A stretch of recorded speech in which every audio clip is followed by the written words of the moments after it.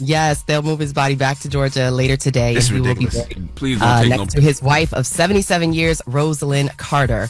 No need to check the mail today because it is a National Day of Mourning. The U.S. Postal Service will not be delivering mail today as part of the National Day of Mourning for President Jimmy Carter. All other federal offices will be closed too, as the funeral is held for Carter in Washington, D.C. Now, switching gears, I know you guys want updates on what's going on out west with the fires. There have been 5 deaths confirmed, multiple injuries, over 300,000 people without power and counting as wildfires rage in the Southern California area. And as you mentioned, the fire remains uncontained. More than 100,000 people are under mandatory evacuation notice, and which has most recently been issued for the Hollywood Hills, and all schools in LA Unified School District will be closed today. Now, President-elect Trump, he's placing the blame on Trump is blaming President Biden and California Governor Gavin Newsom. On Truth Social, he called Newsom new scum, and while he said he refused to sign a water restoration declaration put before him that would have allowed millions of gallons of water to be flown into many parts of the state. Here's President-elect talking later in D.C. about that matter and the wildfires over in Southern California. Let's hear more from Trump. Well, it's very sad because I've been trying to get Gavin Newsom to allow water to come. You'd have tremendous water up there. They send it out to the Pacific because they're trying to protect a tiny little fish, which is in other areas, by the way, called a smelt. And for the sake of a smelt, they have no water. They had no water in the fire hydrants today in Los Angeles. It was a terrible thing. Is that true? So the fire hydrants thing is true. The smelt part, I'm still trying to figure out. So I will tell you that LA County Fire Chief, LA City Fire Chief Kristen Crowley says fire hydrants in Pacific Palisades have run dry, but fire crews they do have some contingency plans. And LA County Fire Chief Anthony Monroney says they don't have the resources to fight major wildfires simultaneously, adding that maybe they can handle maybe 2, but not 4 at the same time. So let's hear from those California fire officials on this matter. Our apparatus do have the ability to draft water if we need to out of pools, ponds, any type of water resource. LA County and all 29 fire departments in our county are not prepared for this type of widespread disaster. There are not enough firefighters in LA County to address 4 separate fires of this magnitude. Furthermore, Newsom denied Trump's claim, saying there's no such document as a water restoration declaration. And of course, Trump went on to criticize Biden and FEMA, saying that they don't have enough money to aid those in need. So, well, that's what I was asking about. Is that true? So there is no such thing as what he was talking about? That what you said, the water declaration thing? No, there's no water declaration that has been, according to Newsom, he says there's nothing that he's aware of in regards to that. So I do wonder, how come, they couldn't foresee this, right? You see that the insurance companies foreseen it, and they dropped these people 6 months ago. So the insurance companies seen it was happening. I wonder why they didn't have more firefighters out there or get alternative ways of getting water there. I'm not sure why they couldn't foresee this. In fact, there has been complaints in some of the LA neighborhoods about the fire hydrants being dry before all of this happening. So, in anticipation of these type of things happening in California, knowing that this type of thing happens in California, they were, those officials were asking, hey, what about this? So there is a system that failed people. Yes. Per usual. Absolutely. Yes, absolutely. And one thing about Trump, he does always tap into whatever rage people are feeling, because there are a bunch of people angry and they want to blame somebody.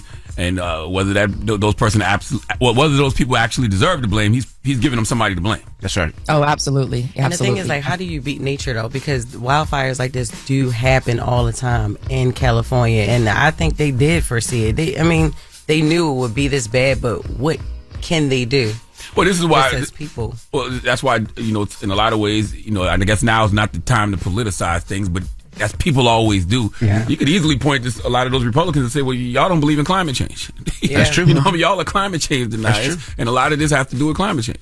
Yeah, but proactive, not reactive. Yeah, but like you say, foresee. It's like, if they knew this was coming down the line, because the insurance companies knew, how could they prepare, alternative ways of water, get more water out there? I don't know if what Trump said about the fish thing is true or not true, but it's like I feel like they could have prepared a lot better. Yeah. All right. Absolutely. Well, we'll talk more about Trump. Yeah, we'll talk more about Trump in the 7 o'clock hour, so stick around. All right. Everybody else, get it off your chest. 800-585-1051. If you need to vent, phone lines are wide open. 800-585-1051. Call us up right now. Get it off your chest. It's The Breakfast Club. Good morning. The Breakfast Club. Ray! Yo, Charlamagne, Envy, what up? Are we live? This is your time to get it off your chest. I got an indoor pool, an outdoor pool. We want to hear from you on The Breakfast Club. We can get on the phone right now. He'll tell you what it is. We live? Hello, who's this? Envy, what's going on? T from Queens. T from Queens. What part of Queens, T? I'm from South Jamaica, Queens. All right, South Side. What's going on, brother? Nothing much, yo. I rock with y'all, man. I listen to y'all every morning. I do sanitation. But Envy, I got phones to pick with you, man. What's happening? Yesterday, you gave the storyline up for the Lion King. I was very dissatisfied with that, man. I planned on going to take my kids to see it this weekend, and you gave me the whole storyline. My bad, bro. You know what? Lion King already made like 160. Mufasa made like 160-70 million dollars already. I thought a lot of people had seen it. My bad, bro. You tell everybody the movie, but won't tell people Santa Claus fake. You know what I'm saying? Like, Santa Claus is not fake. That is so much. Hello, who's this? This is Kashif. I'm calling from California right now. Kashif, you in Cali? What part of Cali, Kashif?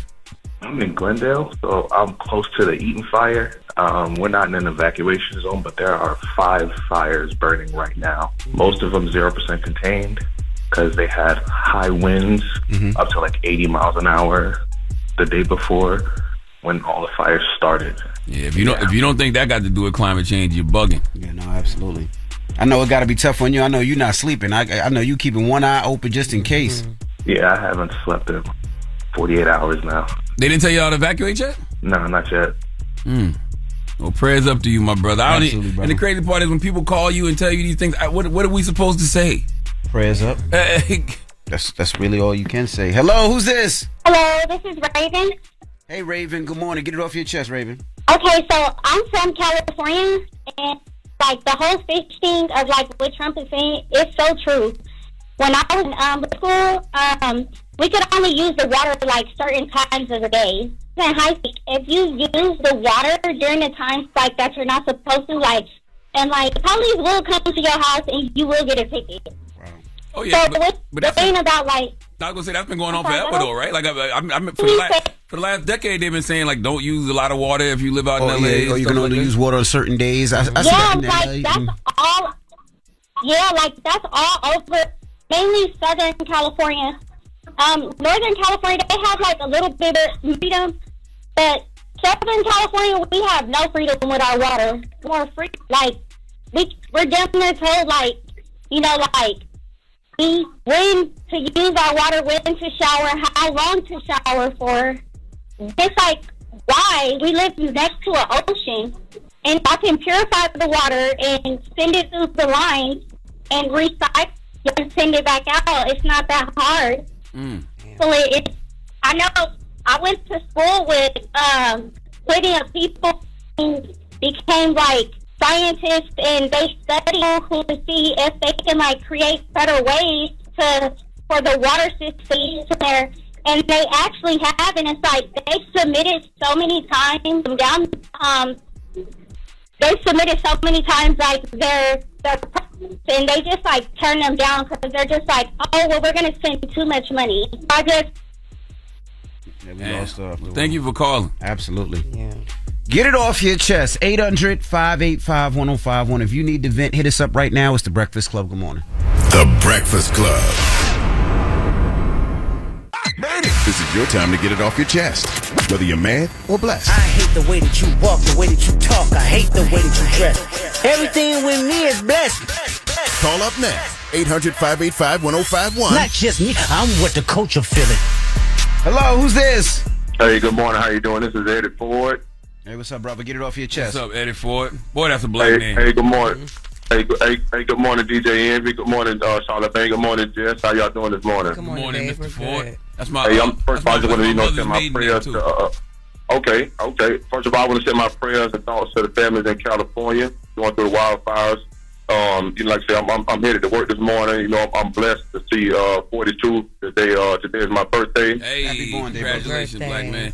hey, I surely appreciate it. You know, I'm going in to get this grind on. You know, before I get off work and go to my son's basketball game this evening. I'm just calling to see if I can get a birthday blessing. Oh, absolutely, brother. Happy birthday. I appreciate it. I just wondering if I get somebody to send me a blessing to my Cash App. Oh, you meant that type of blessing? Damn well what type of blessing he meant. I ain't giving no 42-year-old grown man no money just because it's his birthday. Put your Cash App. You gotta be dying or something. Like, oh my God, you got the gout. What's going on? Put your Cash App out there, brother. Somebody might bless you. You ain't got no sob story, no nothing. Just hey man, it's my birthday. Praying for the people who had the fires. He said, "Send me a blessing." I said, I'm sending I'm saving my money for the people in LA who need it. Okay, all right. Why would I send it to you? Hey, I really appreciate it. I'm just calling to get a blessing. You know, like I'm a hard-working father of 5 down here in Florida. No. I'm just trying to get that. Don't try to do the story now. You should have led with the story. No. I understand that. But I still want to put my Cash App out there, you know. brother. Hey, so my Cash App is money sign, Eddie James Ford Jr. 21 with all the words capitalized. Yeah, I'm not moved to donate, brother. I'm not gonna lie to you. You know what I'm saying? Hey, I greatly appreciate it. I just want to call in and get talking, get it on my chest, in my present thoughts. California. Happy born day, my brother. Have a good one, man.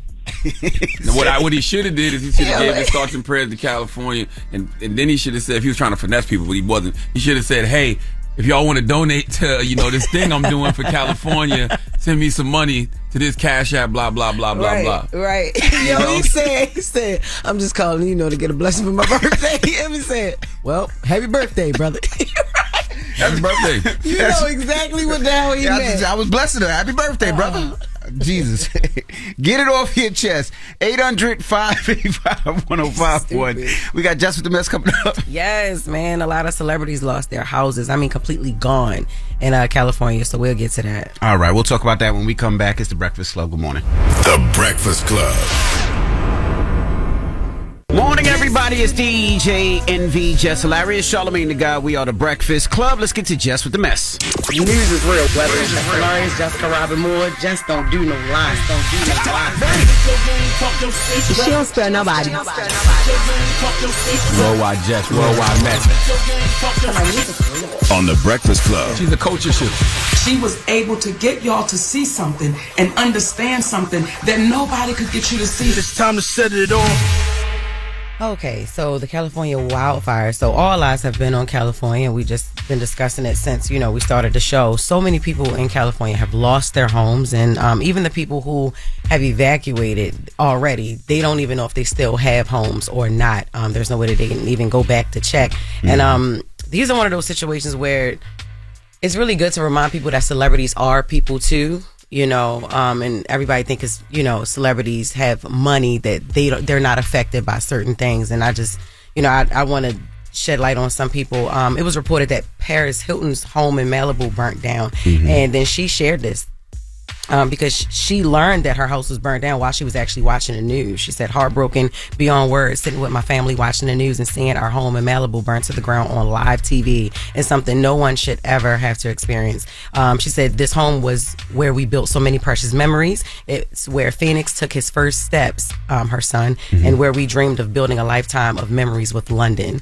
So, that's like one of her favorite houses. I know she got more than one, but this is still like where a lot of precious memories were with her and her child. And she went on to thank all the firefighters and encourage people to follow evacuation orders. And she also shared that her team is reaching out to nonprofits to see how they can help people that's being affected by the fires as well. What you said is true too, Jess. Money cannot protect you from natural disaster. Not at all. Okay, it doesn't matter if it's wildfires, earthquakes, hurricanes, whatever it is. Mother Nature don't care about your financial status or class. Everybody can get it. Everybody mm-hmm. is the same in Mother Nature's eyes.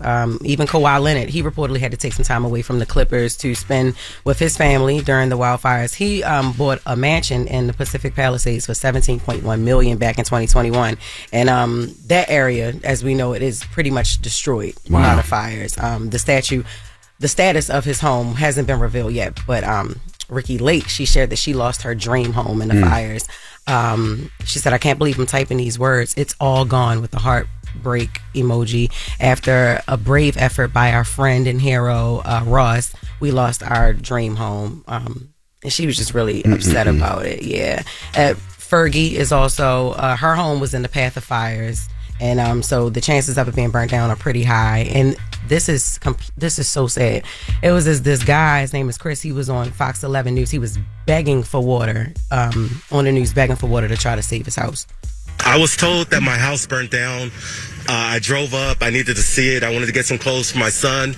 The entire neighborhood is burnt down, but somehow my house does not even have a scratch. Wow. There's no fire damage. I went in, but the house next to mine is still on fire. So I'm going around begging anybody to come put out that fire to protect my home. Because there's no water. There's no water pressure. I tried to turn on the water myself. I would have tried to put it out, but I have no water pressure, so I have no way of putting it out. So you and your wife are just trying to go get bottled water?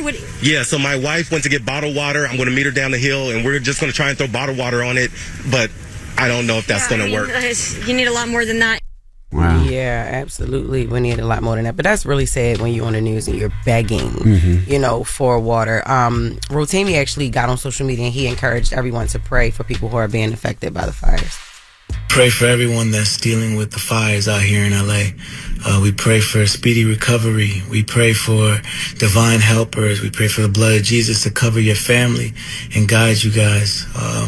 Something spiritual is not right, man. And something's going on that we need to literally pray, knock off whatever spirit is trying to hurt us as a people. So let's make sure everybody's okay.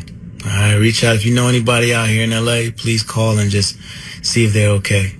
Very true. Yeah. Hotels are full, trying to, house people and, people who have evacuated their homes. And like Morgan mentioned earlier, Airbnb is offering temporary housing for people who are affected, giving people somewhere to stay. And Planet Fitness locations in LA are actually opening up their buildings to people who need showers and first responders and stuff like that. And Wi-Fi, they said. And Wi-Fi. Like that, Yep. Locker rooms and all of that with no membership required. So you can go.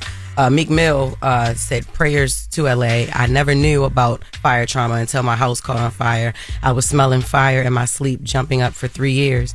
I didn't.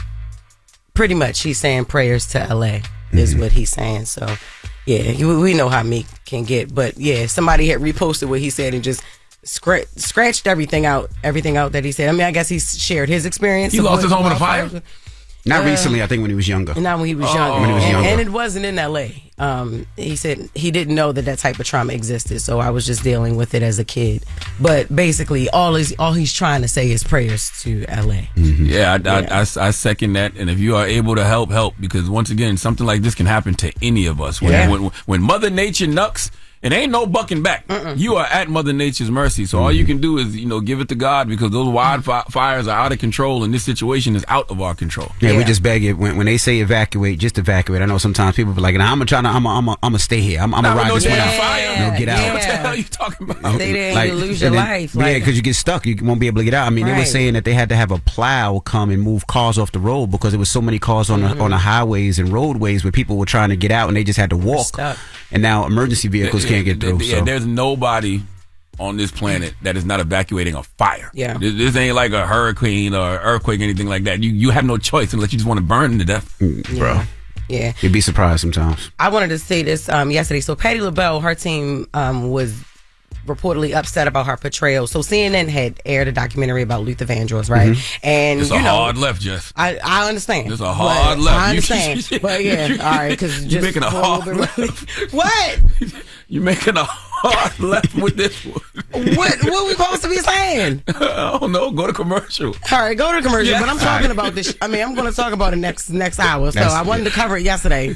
But everybody kept talking. There was a bunch going on. We'll get to that. We'll get to that next hour.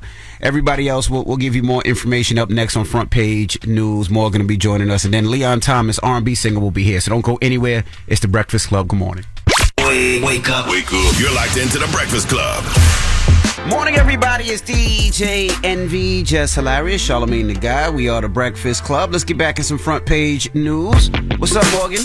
Listen, a lot is happening out west. President Biden has canceled what would have been his final international trip of his presidency. He was scheduled to go to Italy, Rome to be exact, today, but he has canceled that trip as a result of these fires in LA. Now, White House Press Secretary Karine Jean-Pierre says Biden made the decision after returning to the White House from his trip to LA, where he met with fire, police, and emergency personnel responding to those wildfires. Also important to know, Airbnb.org is partnering with 211 LA for those who have been displaced. So if you have been displaced, 211 is a resource for you. Unsafe tap water advisories are also in place in communities affected by the Palisades and Eaton fires. Malibu residents are also being told to use only boiled tap water or bottled water for drinking and cooking. This is due to low water pressure in the area. Pasadena residents are also being told not to drink tap water in the Eaton fire evacuation areas. And city water system may have debris and elevated turbidity. Pasadena residents are being urged to only drink bottled water for the time being. So, yeah, we'll keep you guys posted on what's going on in regards to that terrible, tragic situation out in LA. Now, let's talk international affairs. President-elect Trump says all hell will break loose if remaining hostages held in the Palestinian militant group Hamas are not set free by the time he takes office. Now, Trump held a press conference at Mar-a-Lago on Tuesday and said he will not tip his hand with regards to the Israel-Hamas war. Let's hear more from Trump on Hamas. But we have the right person. But I tell this, I don't want to hurt the negotiation. If the deal isn't done before I take office, which is now going to be 2 weeks, all hell will break out in the Middle East. They should have never taken them. There should have never been the attack of October 7th. People forget that. But there was, and many people are killed. They're no longer hostages. So Trump's special envoy to the Middle East, Steve Witkoff, said at the news conference there has been a lot of progress on efforts to get hostages in the Gaza Strip released. Elsewhere, who does that surprise though? That's why I never understood what the pro-Gaza, pro-Palestine, crowd was trying to prove by going so hard at Harris. Like, America is always going to support Israel. They're always going to support Israel's military. And trust and believe, when Trump says all hell will break loose if those hostages aren't returned, he means it. He's going to turn Gaza into a parking lot. And I wouldn't be surprised if the hostages get released and Trump still lets Israel's military have their way with Gaza. So I never understood, like, when they would come and, protest Harris but wouldn't have that same energy for, Donald Trump when he would be out campaigning somewhere. Well, fair enough. In other news, more details are surfacing on the Tesla Cybertruck explosion outside of the Trump International Hotel in Las Vegas on New Year's Day. Police say the man used AI to plan the attack. Las Vegas Metro Police Department Assistant Sheriff Dory Corrin says a search history shows Matthew Livelsberger used ChatGPT to find information on how to carry out his plan. Let's hear more from Assistant Chief Dory Corrin. He's trying to figure out where to buy fireworks and how much of it to buy. He looks at the equivalence of those fireworks and how they compare to TNT and other types of explosive material. He also says that he has graphic encounters from his military experience that replay in his head over and over, and that now he feels like he's a shell of a human being with nothing to live for. This document was found as part of the digital forensic analysis of his phone. There's a variance of grievances and a constant evolution of his plan. They add that in a 6-page manifesto extracted from his phone, he mentioned political and social grievances, of course, that were mentioned in the audio that was played. What do you think about that? I heard you reacting to that, Charlamagne. I think that once again the system failed somebody. That man is a veteran who dealt with PTSD and never got the help he needed. And to me, that's always the greatest travesty in situations like that. Anybody, I think everybody should be entitled to mental health resources, but especially somebody who went out and fought for this country. I think there's been more than enough evidence that we can see the devastating effects and impact going out and going to war and fighting for this country has on people. So people like that should get all the mental health resources and care that they need when they're back here in America. And talk about it. And bringing things home to you guys in New York, congestion pricing has been underway officially since January 5th, almost a full work week. And a lot of people aren't feeling it. New York City Mayor Eric Adams says he shared his thoughts, saying the MTA and the federal government did what they had to do, as well as the state, which put the program in place. But he does believe it should have gone through the city council. Let's hear more from Eric Adams on congestion pricing. These are our roads, and it's in our city. I believe we should have had a greater impact on doing it, but that's not the reality. It's been 2 days. They're going to do an analysis of, everything from house impact and parking, traffic flow, speeds, So there's going to be a whole analysis. This is new. Yeah, so his administration goes on to say new rules to crack down on drivers with obscured license plates. Adam says everyone who avoids paying their toll takes money from those who do pay the toll. And he says they have to do everything possible to catch evaders, including making sure the laws allow for confiscation of vehicles and that penalties are severe enough to deter people from avoiding the toll. And I've heard cases already where people are covering up their license plates. What about you guys? Yeah, I heard the same. I heard people using leaves. I heard people using the little tent thing. But I will say this. I've been, the last 4 days I've been driving in, or 3 days we've been driving in, I haven't seen a difference in traffic at all. And I've been asking people that leave during rush hour time, and they're saying they haven't seen much of a change at all as well. So I wonder if it is working or if it's not. I really wonder. What is 14 million people in New York? Mm-hmm. Like, how many people do they expect to just stop doing what they were doing to get to work? Especially with the subway so dangerous. Like, you hear about people getting burned and stabbed and shot and gunshots, and like nobody wants to. It's a matter of routine. Mm-hmm. Like, you're dealing with a city of millions and millions and millions of people, working class people who have a routine. Like, everybody in this room right now, we know exactly what time we need to leave, get up, leave the house, and get to work. Everybody feels that way. Mm-hmm. They're not about to change their routine. Especially in the winter, a New York winter at that. Oh, exactly. They're going to eat that $9 and complain about it every single chance we get. Okay? Nah, facts. That's your front page news. I'm Morgan Wood. Follow me on social at Morgan Media. And for more news coverage, follow us at Black Information Network. Download the free iHeartRadio radio app and visit us at BINnews.com. Thank y'all. Thank you, Morgan. All right, when we come back, Leon Thomas will be joining us. Leon Thomas, an R&B singer, songwriter, producer, actor. He played in Lion King. He was on Broadway, Nickelodeon star. We got a lot to discuss when we talk to him next. So don't move. It's The Breakfast Club. Good morning. The Breakfast Club. Morning, everybody. It's DJ NV, Jess Hilarious, Charlamagne the Guy. We are The Breakfast Club. Lauren LaRosa filling in for Jess today. We got a special guest in the building. Yes, indeed. We have the brother Leon Thomas. Welcome, bro. What's good? What's good? How y'all feeling? How you feeling? Blessed, black, and highly favored. Leon, you are by far the greatest new male R&B singer doing it today. Man, thank you so much. That shouldn't even be up for debate. Man, I really appreciate that, man. How do you receive that? Yeah, I mean, to be honest, I try to just take it one step at a time. I try to stay humble with everything, but I'm glad to be a new voice in R&B. It's a genre that I love. Mm-hmm. I'm trying to bring back live musicianship, real songs. Writing with the team that I have has been an amazing pleasure, and just bringing like that organic feeling back to the live stage is like a big thing for me. For people that don't know Leon Thomas, you started on Broadway. Tell everybody how you got your start and your way into being this R&B star. Well, listen, I grew up in New York. Started on Broadway out here. I did 3 Broadway plays, from Lion King, The Carolina Change, The Color Purple. You were Simba in Lion King? Yeah, I was Simba in Lion King. And then, I started booking movies and TV shows. Before we slow down, but how was that? I just took my kids to see that. Oh, no, it was insane. So how was that training? Because it's a lot of shows, a lot of people, and it's live, so you can't mess up. No, you can't mess up. It's 8 shows a week. I was 10 years old when I did my first Broadway play. Shout out to my mom and my family for, supporting me through that whole journey. And yeah, man, I went from being a regular kid to starring on Broadway in a matter of months, Yeah.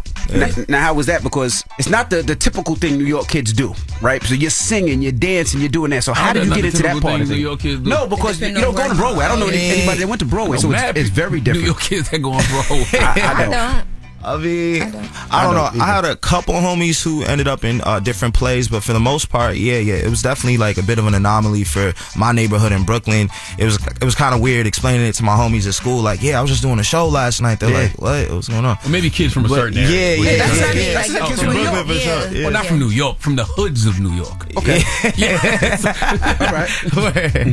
All right. But nah, it was definitely a real pleasure, But from there, I ended up doing a lot of TV and film. I shot my first movie out here with Robin Williams and Terrence Howard called August Rush, which was an amazing pleasure, and that kind of brought me into a lot of TV after that. Yeah, with Nickelodeon. And, he was on Victoria. Victorious. Yeah, with Ariana Grande, and that was a big journey. That was the #1 show on the network at the time. We were beating out American Idol, and it was a way for the rest of the world to kind of really tap into who I am as a creative. But it took years of really honing in on who I am as an artist to get to this point, producing and writing for a bunch of different artists, winning a Grammy, working with SZA and Babyface, Drake. a bunch of different people. It's been a you wrote for Drake? I actually produced for Drake, but shout out to him, man. A lot of people write for Drake allegedly. Yeah, allegedly, man. But for I don't think there's anything wrong with that. I don't think there's anything wrong with it either. But it was a blessing to. I mean, it's interesting because I'm an artist and people see me as a singer. They kind of forget that I also produced a lot of big records. My production game is pretty tight. So you sing like a rapper, though. Yeah, on purpose. Your lyrics are like that of a rapper. That's why when I see Freddie Gibbs on your records, The Butcher, it makes so much sense to me. Do you still keep in touch with anybody from Victorious? Absolutely, man. I chop it up with Ari. Avin Jogia is a really good friend of mine. Matt Bennett. A lot of the cats, we all hang out and do lunch. It's kind of like my last 2 years of high school were with them. So that's like my graduating class, essentially. We were all in school together. So we filmed, but we also went to school. So those are my really good friends. Salute to Victoria and her mom. I did I hosted a New Year's Eve special with them. Oh, for real? That's dope. That's dope. Good people. You ever wrote for Ariana? Yeah, actually, I worked with her on her first album. That was my first time going #1 with an album. I did about like 4 songs on her first album, Yours Truly. Wow. So that was a real pleasure. Yeah. Did you know you always wanted to be an R&B singer? Like, was that the goal as a kid growing up? Oh, or for did sure. you always want to be an actor? Like, and when did you pivot? When you was like, all right, this is what I want to do? Listen, I feel like I did this role with Catherine Bigelow. She's an Oscar award-winning director, but I had to cut my dreads for it. And that was kind of like my last straw in acting. I did this role for Detroit, and I felt like, I need to kind of tap back into who I am as an artist. Grew my dreads back, really got into my internal self, meditating, really like tapping into who I am as a human being. And a lot of great music came out of that. I always knew I wanted to be a singer, but I knew for a fact I needed to really present myself as who I truly was. It's so easy to play a character when you're always acting. I needed to come to the world as my true self. When you were on the the sets, when you even with Victorious and stuff like that, what was your mom and your parents there often? Or, oh yeah, my mom. Because Ariana Grande talked a lot about that too, how y'all parents were close. Nah, they were there. My mom was never like a momager, over my shoulder kind of mom, but she was also very protective of my peace. Gotcha. And mental health, and making sure that I'm just in a good space while I'm trying to create something timeless. And shout out to her for just always creating safe spaces for me throughout that journey. Probably kept you from getting slimed. Yeah, being quiet on set, Doc. It was definitely nuts. Definitely nuts. Seeing how everything went down. Definitely nuts. It was definitely insane. Definitely insane. You gotta say, don't say that. Definitely nuts after that. Yeah, I know. Yeah. It's crazy. It's crazy because I just saw the doc not too long ago. It was definitely eye opening. And a lot of my castmates, we hopped on a Zoom call. We all wanted to talk about it. And luckily, during our seasons, it was very wholesome and chill. But shout out to anybody who dealt with anything bad. I mean, my heart definitely goes out to them. The thing I love about your music too is, number one, I can tell you got a sense of freedom. Yeah. So does that come with money, or does that come with just how you came up, with your mom doing music? So you always felt free as an artist? Yeah, yeah. I mean, I think the greatest thing about being an artist is that it's a great representation of being a free black man. Being able to wear what I want, say what I want on record is really important to me. I try to stay as grounded and as real to who I am as I can be. I mean, I think it's really easy to want to be an artist and play a character who you think people want you to be. But I'm doing my best to just kind of just say what I want, do what I want, When you come up with songs with I like Feelings on Silent with Wale, I love Wale, but songs like that, when I listen to it, each time I get something different from it. So the first time I listened, I was like, oh, this is guys just being we keep our feelings to ourselves. And then the second time I listened, I'm like, this is the trauma that they deal with, because he mentions PTSD and a bunch of other things. How do you, first of all, sitting back, you wrote that? Yeah. I co-wrote sitting back and writing it with him. How do you be okay, here's all the things that we want people to get when they hear this, or do you guys just write and whatever people get, they get? Were you dealing with something yourself then, or? The way I wrote that record was really interesting. I was in Italy, actually. I was working with Ye and Ty Dolla $ign on the Vultures 1 project, and I just had some lyrics kind of bubbling up in my head. But I think it was one of those moments that it was just kind of stream of consciousness. I didn't really think too hard on my sections. That was my second take that you're hearing there. It wasn't me kind of really punching in a bunch of different ideas. It was just kind of flowing. And when Wale heard it, That was probably the hardest verse to get because we did probably get him back outside because we did like 5 sessions to get that one verse. But yo, he's so talented, and seeing how he crafted his verse, I mean, he would do like 5 bars at a time, and he really cared about the poetry of it all. And it's why I really respect him as an artist. He's just a true lyricist. All right, we got more with Leon Thomas when we come back. Don't move. It's the Breakfast Club. Good morning. Morning, everybody. It's DJ Envy, Jess Hilarious, Charlamagne the Guy. We are the Breakfast Club. Lauren LaRosa joined us for this Leon Thomas interview. Of course, Leon Thomas is a singer, songwriter, producer, and actor. His album Mutt is out right now, and we got to congratulate you because you got a Grammy for your record with SZA. We tell everybody that we helped with that because we played Snooze every morning. 4 times a morning here at 6 a.m. Yeah, 6 a.m. Yeah, but you wrote Snooze. No, I produced on Snooze, man. Yo, first of all, let's clear this up. Shout out to SZA for writing that record. We were producing in a separate room, and she heard the instrumental and was like, yo, what is that? And you know, there is something that I do where I like take my voice and I chop it up like a sample, because clearing samples is really expensive and cuts into the publishing. So rather than like actually doing a sample, I'll just sing a little something, right?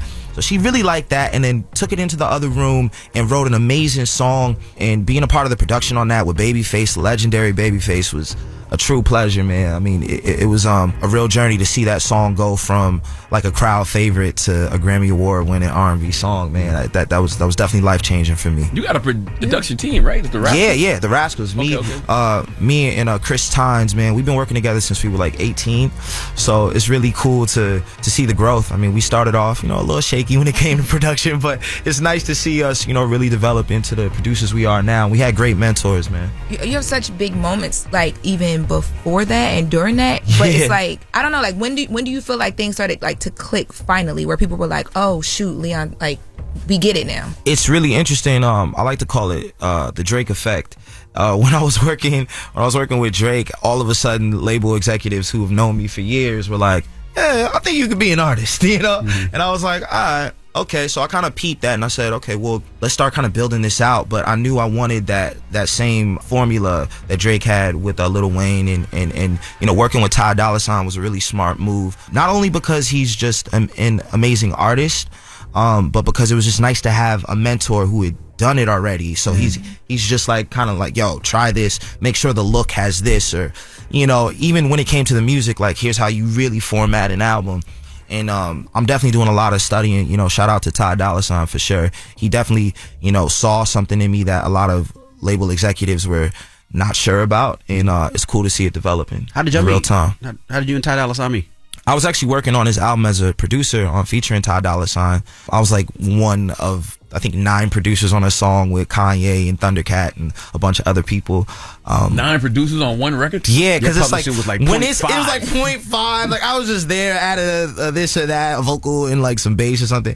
But he had everybody play like their unreleased records, and I played him some of my first album as like demos. And Ty was like, yo, you're really tight, as an artist. He was like, man. And he was originally trying to record one of the songs that I had, but I was like, nah, I want you to feature on it. And over the years, we became really good friends. I was working with him a lot, and just kind of developed into a whole situation with Sean Barron. Sean Barron is the guy who officially like put it all together with Easy Money and Motown. Is it tough navigating, because people are getting to know you now and everybody's falling in love with your music now, and like you have such a close association with Drake, you have to like pick and choose where you go musically and what you do musically with who? Honestly, she's asking, can you work with Kendrick Lamar if you wanted to? Yeah, I know that's what she's asking. I mean, the way I really look at it is just like on a political level. I make R&B, obviously I make hip hop too, but I'm really focused on my artist journey. So I mean, Kendrick is such a huge artist. I don't really foresee us working together in the near future. And even with Drake, I still want to take my steps to really build on my own 2 feet as an artist. Right. So I'm doing what I have to do right now to really like grow my own business. Touring is a big thing for me. I'm really focused on that. I'm hitting the road all this year and working on more records. So I mean, shout out to everybody, but I'm definitely focused on me. How old were you when you realized Vibes Don't Lie? One of my favorite records. Thanks, how old were man. you when you first realized Vibes Don't Lie? I think that was definitely early 20s. I think LA is filled with facades and people who are pretending to be something they aren't. People who move from their hometown and create a whole new persona. So I think for me, just really studying folks, especially a lot of the women you deal with out there. It's really important to study their actions and not their words. I love the fact that you are encouraging women to keep their healthy.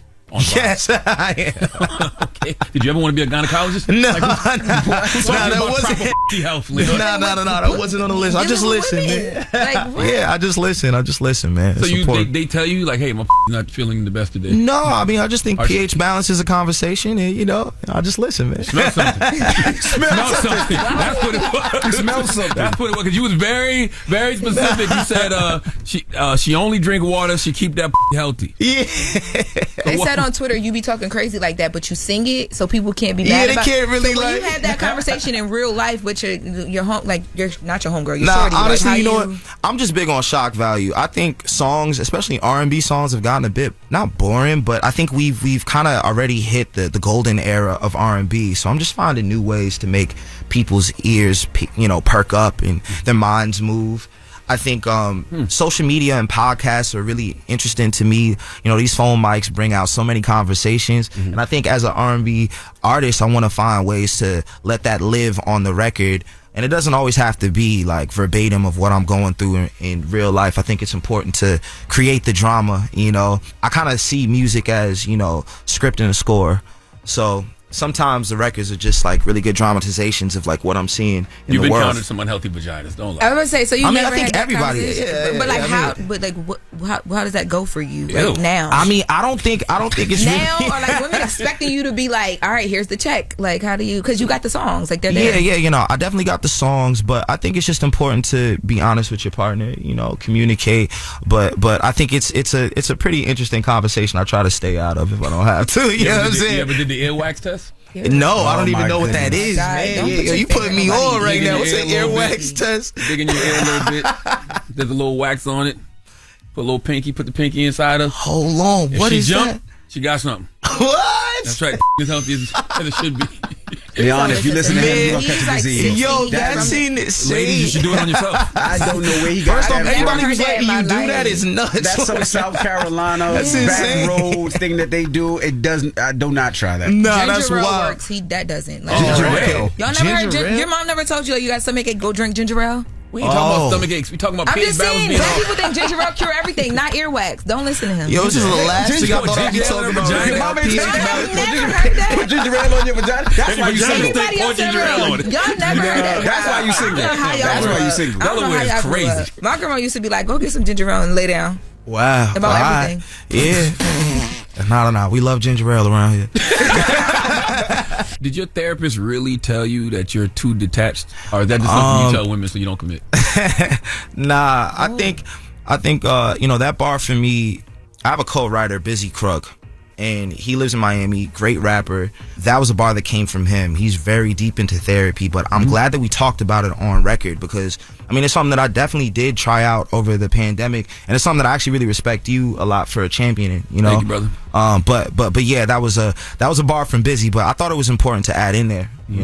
Don't try to blame Busy now. Nah, that's my co-writer. Shout out to him. You know what I'm saying? Like we write a lot of our songs together, and I really respect a lot of the perspectives he brings to a lot of my poignant records. He has some great bars. Can we get into a song off the album? What you want to hear? That would be amazing. Yo, let's play Yes It Is. That would be really cool. All right, well, let's get into the record right now. It's Yes It Is, and we got more with Leon Thomas when we come back. It's The Breakfast Club. Good morning. And everybody, it's DJ NV, Jess Hilarious, Charlamagne the Guy. We are The Breakfast Club.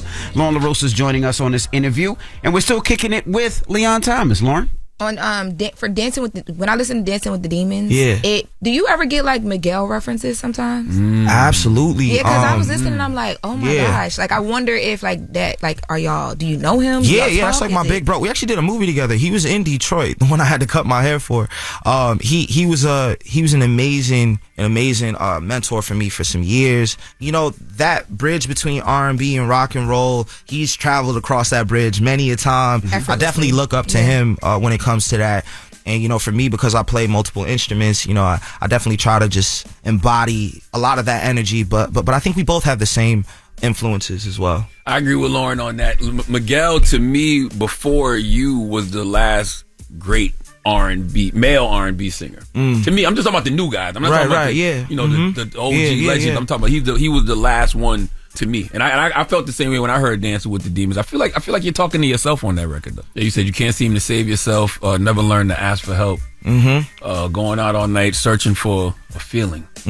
So what have you learned to ask for help? It's a one, but I thought, because I took it as like it wasn't talking about a woman. Nah. At some point. Well, I mean, it's interesting for me. Like that record, when I wrote it in 2 different days. The first day, I was, microdosing on shrooms, so it's a bit of a haze. The next day, I listened to it, and I was like, man, this is really poignant stuff. I mean, it's just really talking about being up all night and searching for a feeling, and it's trying to fill voids. I feel like, as when you're in your single journey, you can try to fill a void with a stranger, and that's not always very healthy. But fun. It could be fun. It could be fun for sure. But and then especially when you're in the limelight, the second verse is more so talking about being in the limelight and trying to fill voids. Nobody really talks about the darkness that comes with the flashing lights. And that record was very deep and very personal for me. I'm glad that people resonate with it. Now you talk about microdosing on shrooms. Yeah. Where does that put your mind? And do you always do that to produce and write? Nah. I mean, I think for this album, it was an interesting opportunity to kind of unplug. I mean, I wasn't doing as many shows around that time too, so it was really helpful to kind of just get into my own head and try to figure out who I am. I definitely did a lot of manifesting, a lot of just like writing down who I wanted to be as a human being around that time, a lot of journaling, and looking back at that season in my life, it was a journey for me to evolve into who I am right now. I wouldn't suggest people just go super crazy on shrooms or anything, but I think microdosing, a small amount could be healthy if you're trying to just find yourself, and at that time I was trying to find myself, Yeah, I've microdosed. I've macrodosed too. You said you were trying to find yourself. Did you find yourself? Yeah, but I mean, I feel like that's a constant journey. That's like the whole part of finding yourself. You realize it never stops because we're always evolving, but it's great that I was able to do it through music. That was like a version of musical therapy for me, and I'm glad that people are resonating with it. I love how you're normalizing dogs on Mutt. Not I'm not a dog anymore. But there is a young, unhealed version of me that would have really appreciated that record, because you make it sound so fun. And it's almost like women are just gonna bring you in, like, oh, come in, you stray dog. Let me domesticate you. Nah, I mean, I was really just documenting what I saw. Cut it out. But nah.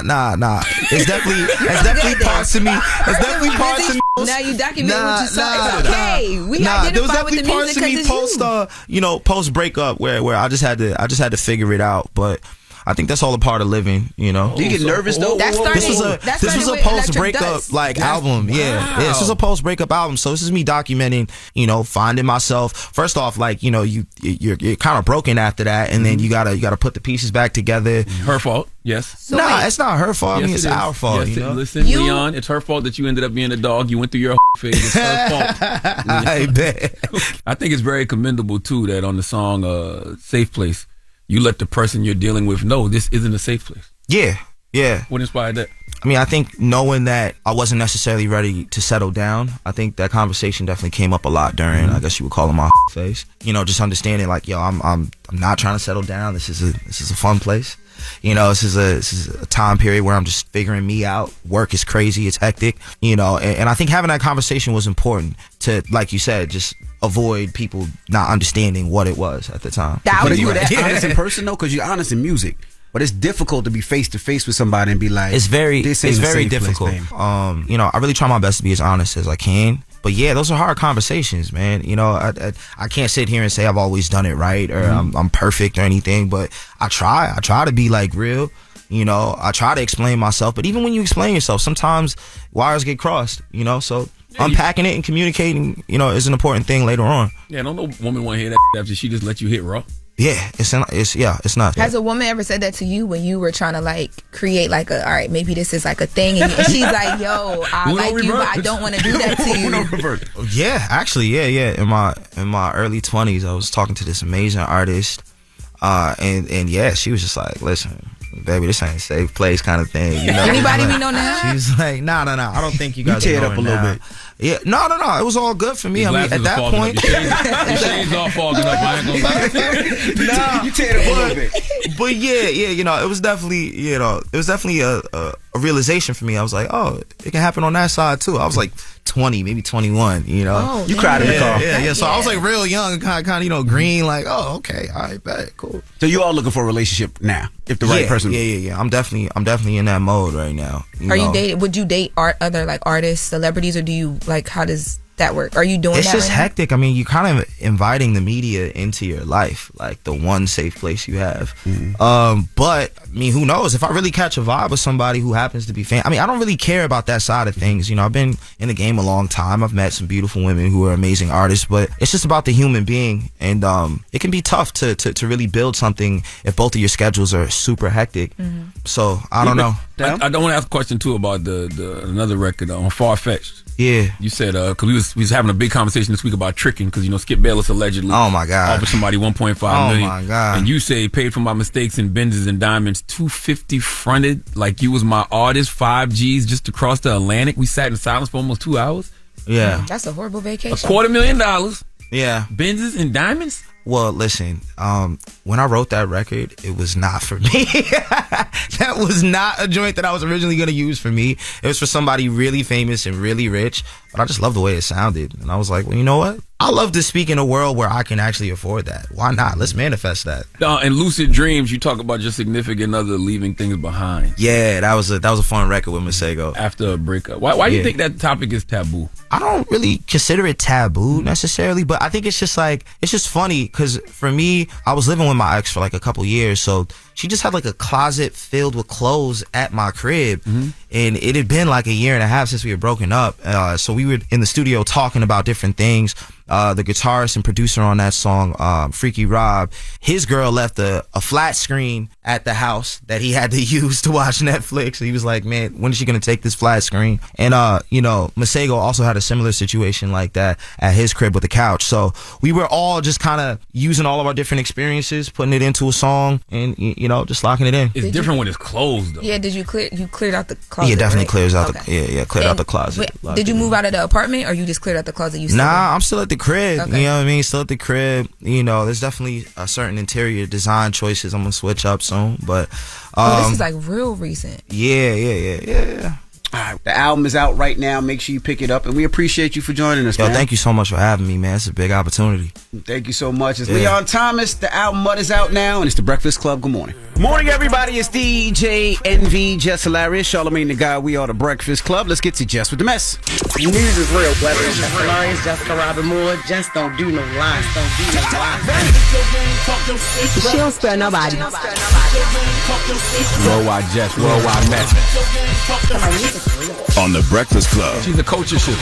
She was able to get y'all to see something and understand something that nobody could get you to see. It's time to set it off.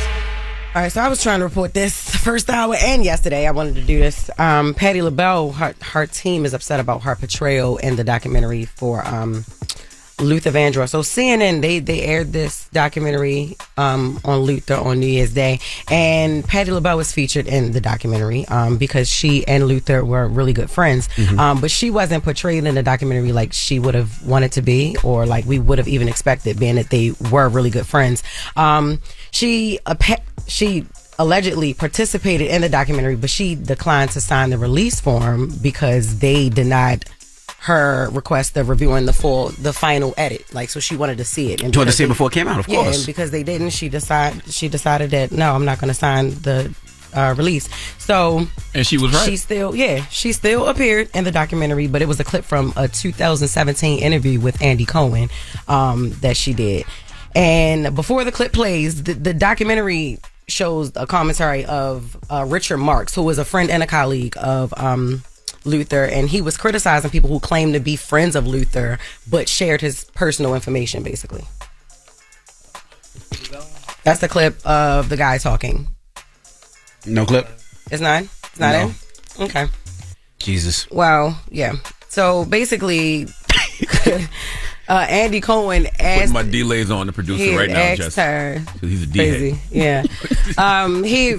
She's sitting with Andy Cohen, and she was speaking on how Luther didn't want to tell his mom. Mm-hmm. He didn't want his mom to find out, and he didn't want to disappoint his female fans. You know what I mean? He thought it would like just crush the star that he was, or whatever.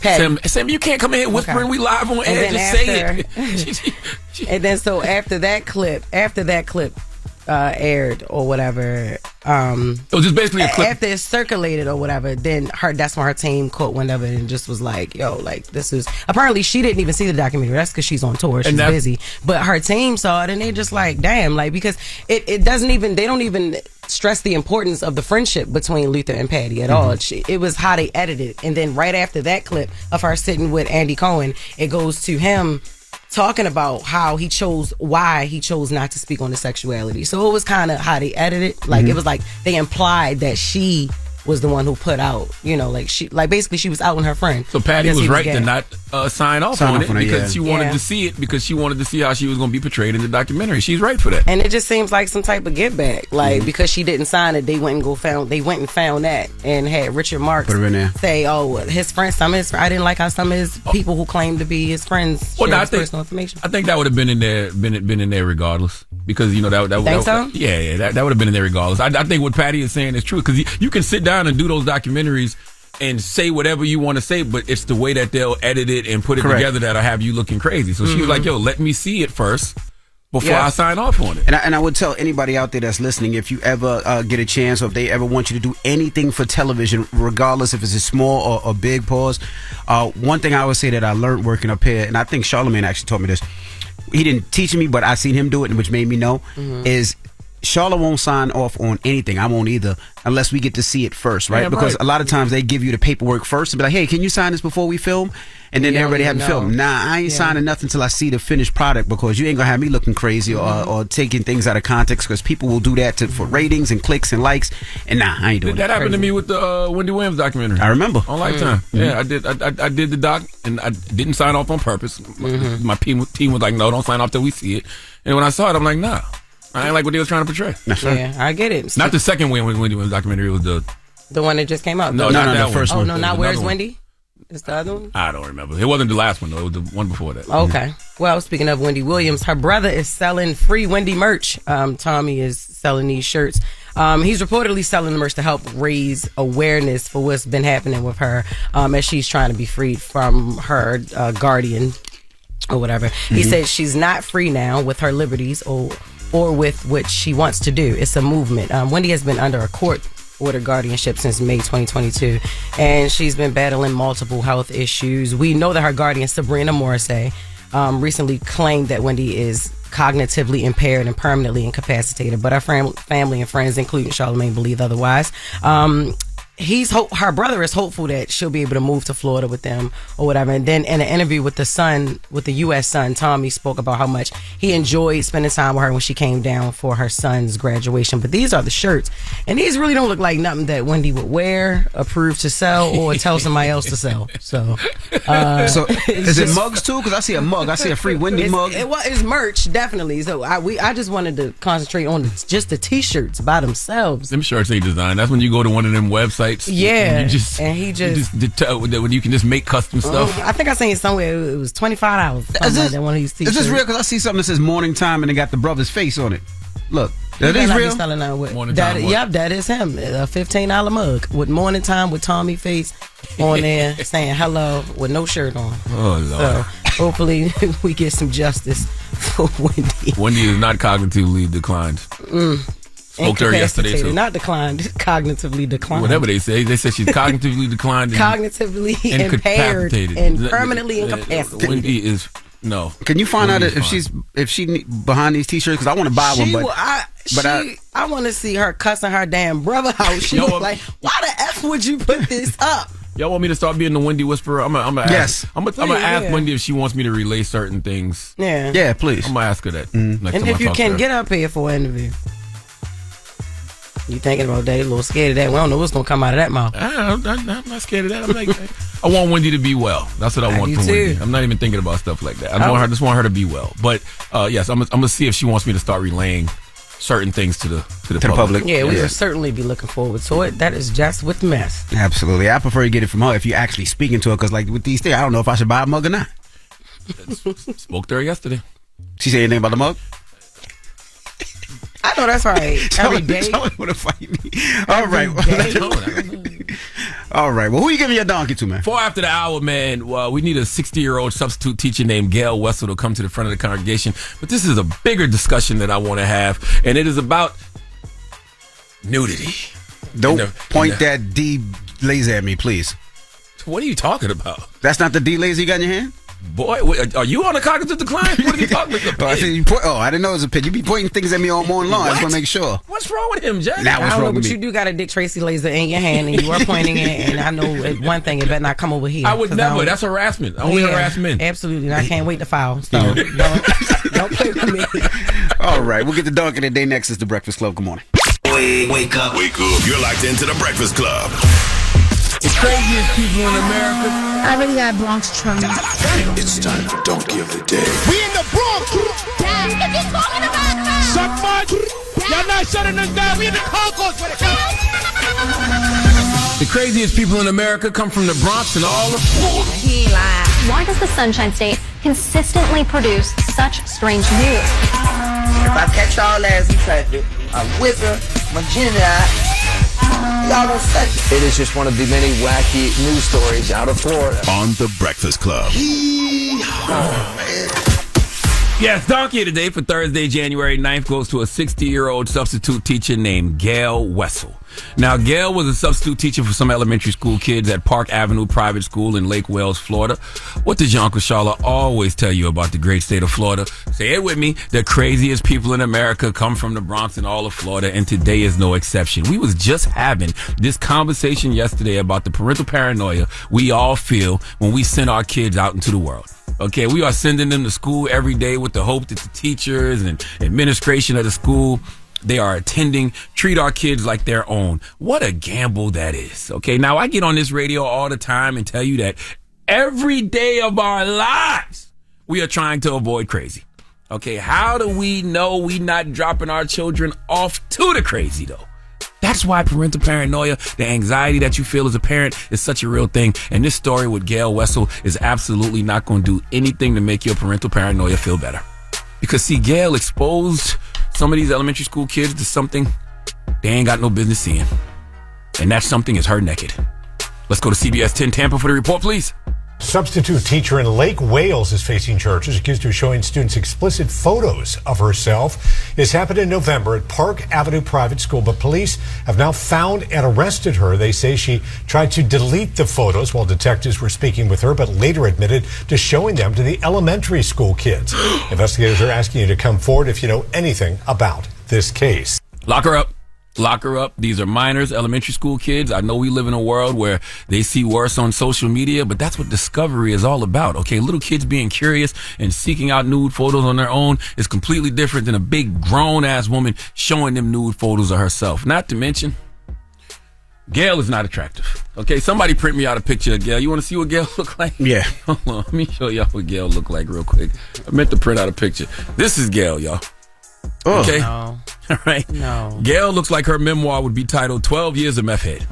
Well, she's 60, so actually probably 40 years. Okay? Look, Gail is 60, but she looks like she just turned dead. Okay? And she looks like she's been dead for a couple of weeks. What I'm trying to say is the woman is aging like milk. There is no reason for her to be showing her spoiled ass titties to kids. Okay? It's wrong, period, to be exposing minors to nude pictures of yourself as a teacher. But the delusion to think you are even show-off worthy. Okay, and I'm going to tell you, all right, you are corrupting these kids in ways you may not understand, because I'm going to tell you something that a lot of men don't talk about. Well, at least I've never heard it discussed publicly. And that is the first time we ever laid eyes on a naked woman. That is a very pivotal and important point in a man's life. Okay, every man remembers the first time we saw a woman in the nude. Doesn't matter if it was in real life or a porno or a Penthouse magazine or Playboy. See, y'all generation got it easy. Okay, we would have to sneak a peek of someone's Playboy or Penthouse magazine. Nowadays, you can just go on Pornhub. Hell, you can just go on X. This generation will never know or understand what it feels like to just stumble upon somebody's porn stash. Okay, the 1900s was a time. Your uncle, your big brother, your dad, your granddad, you just in their room looking for something else and discover a nudie magazine? What you talking about? Okay, a nudie magazine filled with the hairiest of goodness? Okay, I remember when I got my hands on a Penthouse and I put it in my Trapper Keeper and we would gather around that Trapper Keeper often and look at those vintage 80s bodies. Every man remembers the first nude woman they saw. Envy, do you remember the first nude woman you ever saw? Yep.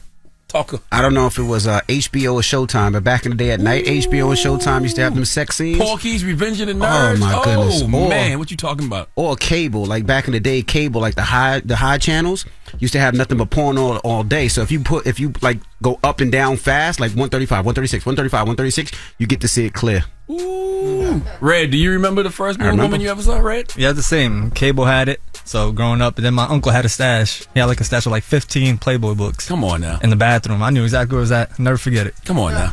I'll never forget it. Why am I bringing this up? Because Gail Wessel is not the first naked woman any young man should be exposed to. Okay, seeing a woman like Gail naked could easily turn a young man gay.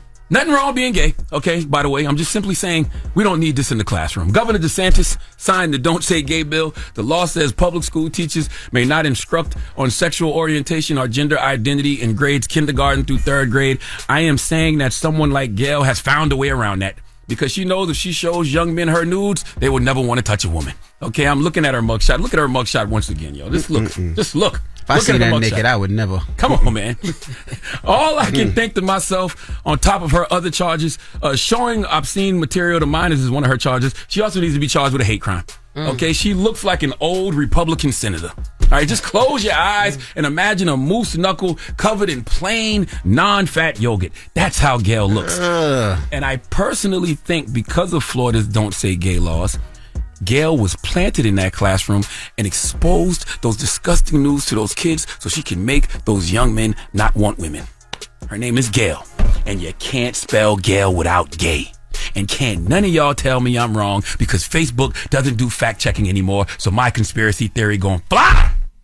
But seriously, what Gail did is disgusting and very perverted, and this is why more and more parents are choosing to homeschool their kids. Please let Kathy Griffin give Gail Wessel the biggest hee-haw. Please give this giant jar of mail the biggest hee-haw. Oh, my gosh. Come on, man. Cut it out. That's Michael Rappaport, man. Come on, man. Look at this. This is a different mugshot with her with short hair. Come on, man. Could you imagine seeing that naked for the first time? You might not never want to touch a naked person. Jesus. Didn't I just say that? I'm just saying it again. That picture looks even worse. I'm trying to tell you. Jesus. What happened? That's not real. What's not real? There's no such thing as onlymans.com, right? I don't know. Onlymans.com? I have no idea. It's not something I've searched before, and I wouldn't want that in my search history. But now it's in your search history. It says onlymans.com is coming soon. Really? Mm-hmm. Well, our producer Mack said that there's some pictures of Caitlyn Jenner posing on onlymans.com, and that's what this mugshot looked like. He's stupid. So he must got something that we don't know. All right, Mac. Mac must got something we don't something know. exclusive. Man. He got something new on his fire stick. All right. All right. Well, thank you for that donkey of the day. Up next, ask Jess Fix My Mess. 800-585-1051. If you're going through relationship issues, relationship problems, or any type of problems, you can call Jess right now.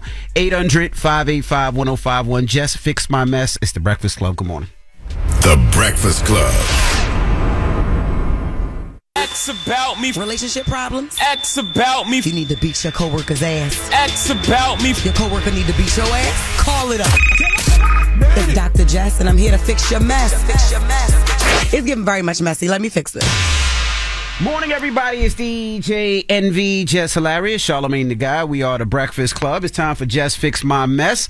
Hello, who's this? Hey, Jess, what's up? Good morning. Hey, baby girl, how you doing? For you, I'm good. It's not even really a question. I just want to get it off my chest this morning. Okay. Me and this guy, after 5 years, we broke up. He found another girlfriend.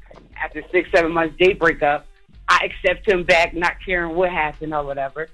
And the girl keeps stalking, harassing me. Like I'm the problem because he don't want her no more. So you was the girlfriend before, and then you left him alone for finding out he was dealing with her. He went with her, and then now they broke up, and now y'all two back together, and this girl is now stalking you.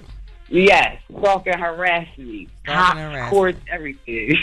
Okay. So how do you know? Is the communication done between them two?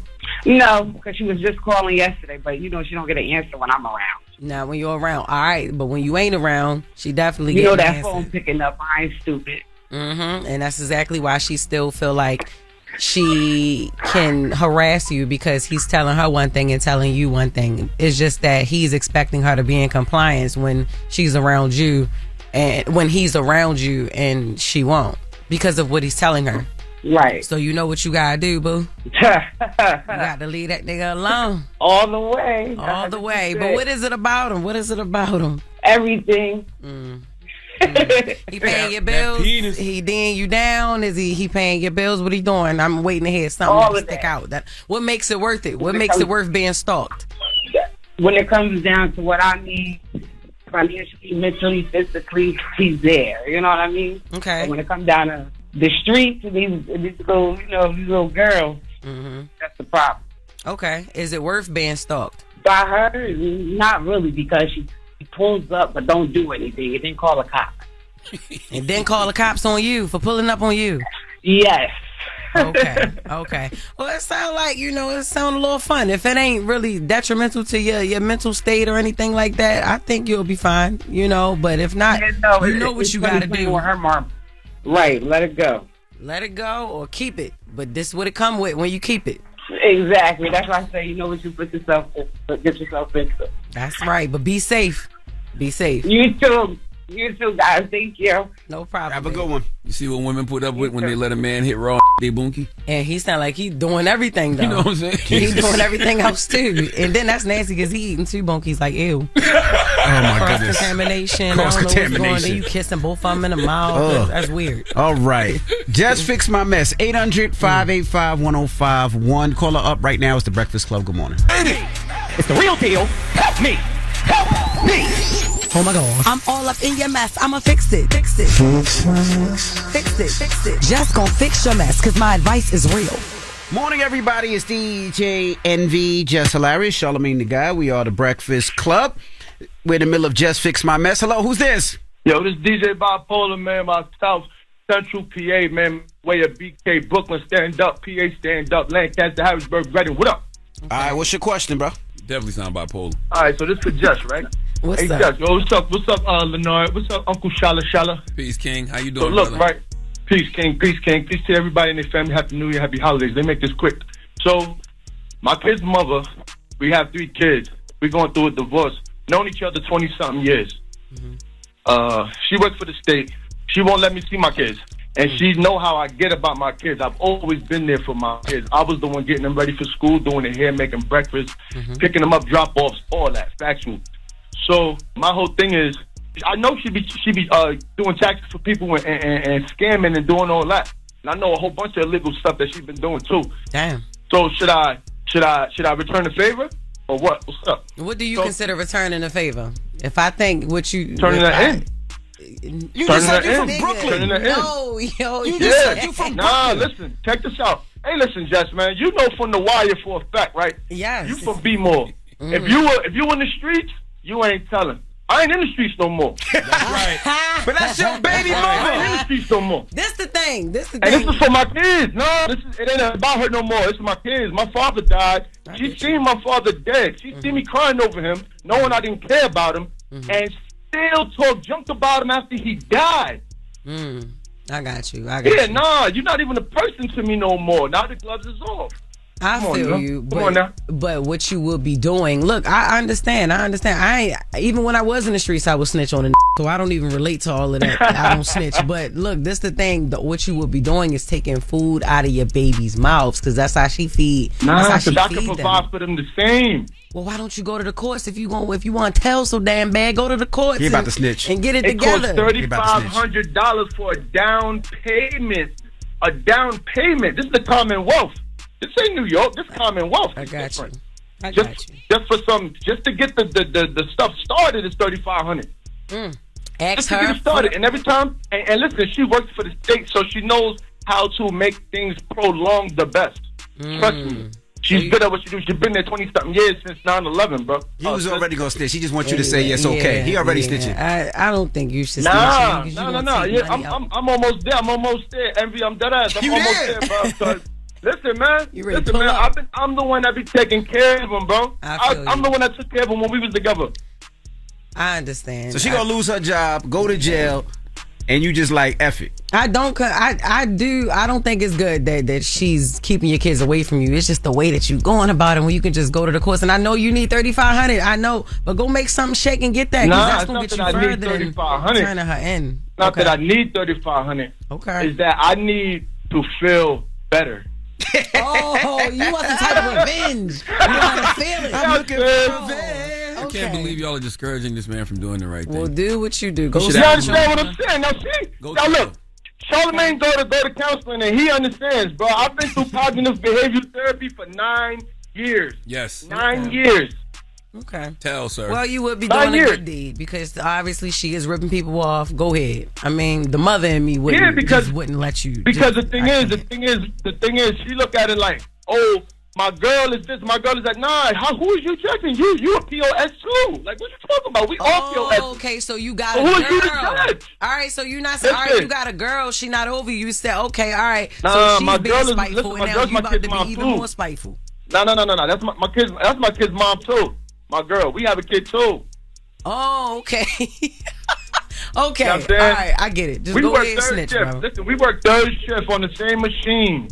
Day and night, third shift. Okay. We don't argue nowhere near as much as I used to with her. If you got to snitch to see your kids, snitch, brother. Do it. Word. You remind me of the scene of Belly. You from New York. You seen Belly, right? Yes, man. Yes. You know the scene when he's eating the banana. He said, I don't like that. That's not me. That's the homie from Menace to Society. That ain't me, baby. He's 47 years old. That's his baby mama. I'm more like Idris Elba and Daddy's little girls. What Jess said is right. Go to the authorities or go to the courts, whoever you need to go to, and do the right thing, brother. Don't listen to envy, dumb 47-year-old. I'm just saying, don't put his baby mother in jail. His baby mother, his kid never had no mom. If she deserved to be in jail, she need to go to jail. Because she wouldn't have to do it to him. I've been through the court system for a long time. Your first offense, they don't even hit you hard, especially when you work for the state. so she gonna be all right. Come on, man. Talk to me, baby. All right, well, she can't do jail time. I have to do that on my head. You understand what I'm saying? That pressure's gonna make her release the children. Go do what you gotta do, all right, sir. Well, do what you gotta do, man. Get your kids. When this kid gonna see the mom now? Right. Go to the courts. I don't know. That is so sad. I could. The mom and me couldn't be like, "Yo, go ahead, snitch on Shorty." You know, But I mean, she would do it on him in a heartbeat. She gonna go to jail. So is she gonna go to jail? He said so. Is she be back? Exactly. He got to take the kids to go visit her. He been doing everything for him anyway, so whatever. All right, well, that's it. Jess Fix My Mess. And if you want more Jess Fix My Mess, make sure you listen to the Carefully Reckless podcast on the Black Effect iHeartRadio podcast network. Drops every Wednesday. Every Wednesday. Yo, he didn't even want you to fix the mess. He just wanted you to co-sign with him. Yeah, he was ready in the car on his way to pull up right now. He at the courthouse right now. Yes. Jesus. Well, we got Jess With The Mess coming up. Yes. Listen, speaking of relationships and ex-marriages and all of that type of stuff, Cheryl Lee Ralph has said something that I do not understand. I don't think I will ever be in this position when I'm married to my husband. But we're going to get into it. All right. We'll get to that next. It's The Breakfast Club. Good morning. The Breakfast Club. Morning, everybody. It's DJ Envy, Jess Hilarious, Charlamagne the guy. We are The Breakfast Club. Don't ever disrespect Chris Brown's songs like that. Yeah, that was Chris Clown you just did just now. What the hell was that? Let's get to Jess With The Mess. I feel like the news is real. Whether it's Jessica Hilarious, Jessica Robin Moore, Jess don't do no lies. Don't do no lies. She don't spare nobody. Worldwide Jess, worldwide mess. On The Breakfast Club. She's a coach of shit. She was able to get y'all to see something and understand something that nobody could get you to see. It's time to set it off. All right, so I said that I wanted to understand where Cheryl Lee Ralph was coming from, but she and her husband, Vincent Hughes, they've been together for 20 years. They've been married. They got married back in 2005, right? And he's a senator. Her husband is a senator, and so he lives in PA, right? Pennsylvania, and she lives in LA because she just all this time kept getting booked, you know, like the black golden goddess that she is, right? And they decided a long time ago that she wasn't going to leave Hollywood and that he wasn't going to leave PA. And it's been working for them. So she spoke to People magazine about how they've been able to make this work since the beginning. We met while I was doing Thoroughly Modern Millie on Broadway, and you fall in love with somebody and you realize he's not leaving his career. He is not leaving Philadelphia. I'm not leaving Hollywood. And when you have children, you can't just pick up your children and move across country. No, that doesn't really work. So it just worked out that I was in California, he was in Philadelphia, and every 2 weeks we saw each other, and it worked out well, and it has continued to work out well. We will celebrate 20 years of marriage, thank you, and some people can't even get through 2. Better than me. Wow. I couldn't do it. I could not do it either. I'm a Cancer. I like being up under my wife all the time. And I would say, I guess this comes with age and just being, there and secure in your marriage. You know what I mean? But I just still can't. With age. When you named Cheryl Lee, you came out grown. I know, right? Yeah, I know. And Cheryl Lee been giving out that motherly favorite auntie energy since she was a newborn. But I guess Abbott Elementary is good too because they shoot a lot of scenes in Pennsylvania. Because she's on that, so maybe they get to see each other a lot more. Well, she said every 2 weeks. They said they shoot a little bit in Pennsylvania and they shoot in LA. I don't know. I know the show is based out of Philly. Yeah, like it takes place. That might be a lot in LA. I don't know. Yeah, but they also said they shoot out in Pennsylvania. Because I looked it up. I was like, well, when she films, how does that work? But they said they shoot some scenes in Pennsylvania. I don't know if she's part of those scenes, but that would be tough for me. There's no way I can do that. I like being up under my wife too much. And I can't do it. I be having a problem when Chris just be on the road like for one day at a time. I can't do it. She spoke on some of the secrets of their successful marriage, saying they address issues head on and that he has his own motion that helps. He has his own life. I have my own life. He has his own real career. I have my own real career. So he is not looking at me thinking about status or this or that. He's doing his thing. I get to do my thing. We also live in separate places. When I go to see him, love to see him. When it's time to leave, bye-bye, see you soon. I'm telling you, life is good. And I believe it because she's speaking that. That's one secure woman. They said every how long? Every 2 weeks. She no said, humping for 2 weeks. She said something that they old. Yeah, that's exactly. Well, you don't think old people hump? But that's why we got roses and all of that stuff. What's her husband's name? Vincent Hughes. Let's see what he looked like. Cheryl Lee and Vincent. That's old. That's old. Cheryl Lee and Vincent coming over for dinner, y'all. Yep. Now she look good. I want to see if he look as good as her. And he a senator. You know them politicians be aging like bananas. I don't care what race you are. Damn. You age real bad. No, because being a politician is very serious. It's very aging. It's stressful. So why y'all looking for that? I'm gonna move on. He look all right? Yeah, handsome older man. Yeah. Okay, that's nice. Let me see. I mean, I 68, right? That's something. Oh, let me see. Okay. Yes, he like an old Wallow. Yes. I like it though, like an old handsome Wallow. Wallow is handsome, but he's young. I'm talking about him. Yeah, he look good. He might be Wallow uncle. Yeah. moving on. Khloe Kardashian and Scott Disick. So Khloe has a podcast that she launched. It's called Khloe in Wonderland. And for the first episode, she had Scott Disick on as a guest. Now, Scott Disick is her brother's ex, who all her children are by, except for the baby that she just had by her now husband, Travis Barker or whatever. But Khloe did call Scott her brother and one of her best friends, so they are close, but not in the capacity that we speculated. All right, so they've known each other for 20 years, right? And they met when Scott started dating Khloe. But I used to watch the show. Courtney. I mean Khloe, my bad. KKK. That's they the sisters. You see, Red watched the show. Red corrected you immediately. Courtney. I used to watch the show. No, this is the thing. On the show, Scott is dating Courtney, but him and Khloe had a weird relationship. They would be closer than him and Courtney would be. Like they would have like date nights and all types of things. They would talk and share like stories. It was a little too flamey for the public who was watching it or whatever, right? So that's why it's interesting to know that this is her first guest that she picked, and this is what she asked him, because it was always rumors about them hooking up behind her sister's back, and so this is what they talked about on the show. Have you and I ever hooked up? Yeah. No, we haven't. Yeah. And I don't know if this was related to you and I or just in general. Why aren't we married? I don't know if that's like together or just why aren't we married? Why are we both not married? But I don't know which one it or was. Or do they mean to each other? That's what I'm saying. I don't know. That's a huge difference. He hit. You think so? That's what it sounds like to me. I mean, that's what I'm saying. I know. That's what the whole America who've been watching these girls, keeping up with the Kardashians back then, that's what everybody thinks. And you had them on as the first guest, and the first thing you ask him, have we ever hooked up? And this man, whether he's playing or not, he say, F yeah. And she's like, no, we're not. No, we did not. Nah. She didn't even get defensive about it. Nah, he posted up that power forward. And then people was asking why they aren't married. Nah, he ain't dunk on her, but he tried to post up. Hey, yo. She's 6'10", man. Well, oh my God. She is not 6'10". Yeah, she is. No, she is not. She's like 6'2". All right, WNBA 2 guard. That's so messed up. Oh. Stop. But anyway, people wanted to know, but obviously Courtney has moved on, so Scott is no longer in their family. They just have kids together or whatever. But that ain't, you don't move on to the.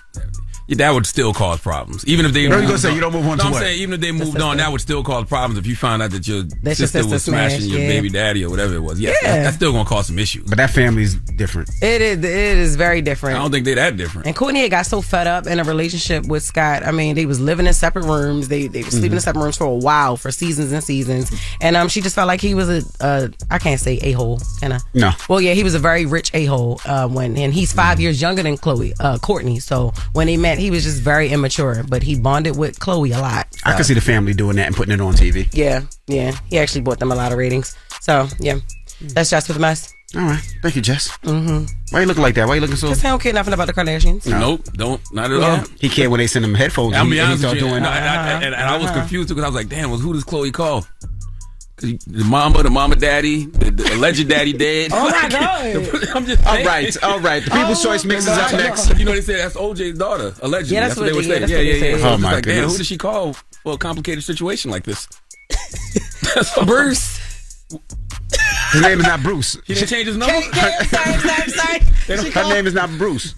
Caitlin. She called Caitlin. Oh, she called Bruce. He be Bruce sometimes. You know what? You think Caitlin changed their number? You know what? It's the People's Choice. Let's get to the mix. My own number still Bruce. Goodbye. Wake up. You're locked into the Breakfast Club. Morning, everybody. It's DJ NV, Jess Hilarious, Charlamagne the Guy. We are the Breakfast Club. Now, salute to Leon Thomas for joining us this morning. Man, let me tell you something, man. I am a huge admirer of Leon Thomas's music. I don't like to say fan, especially after Kendrick said he's a fan. Now you can't be a fan. Well, why is he changing your mind about everything? He did, man. But I really do like Leon Thomas's music. I listen to a lot of Leon Thomas. He's dope. To me, he's the dopest male R&B singer out right now. He actually is. And I didn't know. Like I said, my little sister put me on to him. I'm like, yo, this the Nickelodeon kid? Like, he's very musically inclined. So. And I don't understand why radio's not playing him more. Like, to me, it's dope. Like, he definitely should be. If radio's not playing, like, and by the way, satellite radio does play him a lot. They do. You know what I'm saying? Satellite radio. What's the channel G-Spin programs? I can't remember. Well, he does OVO. Okay, well, they play Leon Thomas a lot. You know what I mean? But I just don't understand why regular radio's not playing him, especially on the hip-hop and R&B stations. Yeah. Mm-hmm. Okay, they should be playing the hell out of Leon Thomas. All right? Y'all sleep at the wheel. Absolutely. Program directors around the country. That's why they've been playing snooze. That's what they say. Shoot, he had something to do with that. All right. Well, when we come back, we got the positive notice. The Breakfast Club. Good morning. Morning, everybody. It's DJ NV, Jess Hilarious, Charlamagne the Guy. We are the Breakfast Club. It's time to get up out of here. Charlamagne, you got a positive note? Hold up. Before we get to the positive note, your girl Jess Hilarious will be in Cabazon, California. The show is almost sold out, so it's obviously some people there. I did not know that was even like a place where people be. I'm going to be at the Morongo Casino and Resort at 8 p.m. Get your tickets at Ticketmaster.com or JessHilariousOfficial.com. And then the following weekend, I will be in Arlington, Texas at the Improv. We got 6 shows, 2 shows on Friday, 2 shows on Saturdays, and 2 shows on Sunday, the 17th through the 19th. Get your ticket, y'all. That jewelry be sparkling. That jewelry be sparkling, boy. Yeah, just a little something, a little light work. Yeah. So I got to ask you. Try me again with a diamond tester. I don't care. You already know what's up. Don't play with me. Yeah. You flying into LAX or no? No. I'm in Ontario. Okay. All right. Yeah. All right. I couldn't. I will see you guys tomorrow. Charlamagne, you got a positive note? I do, man. And, you know, we had Leon Thomas up here. One of the records I like from Leon Thomas is Vibes Don't Lie. And that is true. I don't trust words. I trust vibes. Okay. People can tell you anything, but a vibe will tell you everything. Have a great day. You got that straight from a millennial. Go ahead. Breakfast Club, bitches. Y'all finished or y'all done?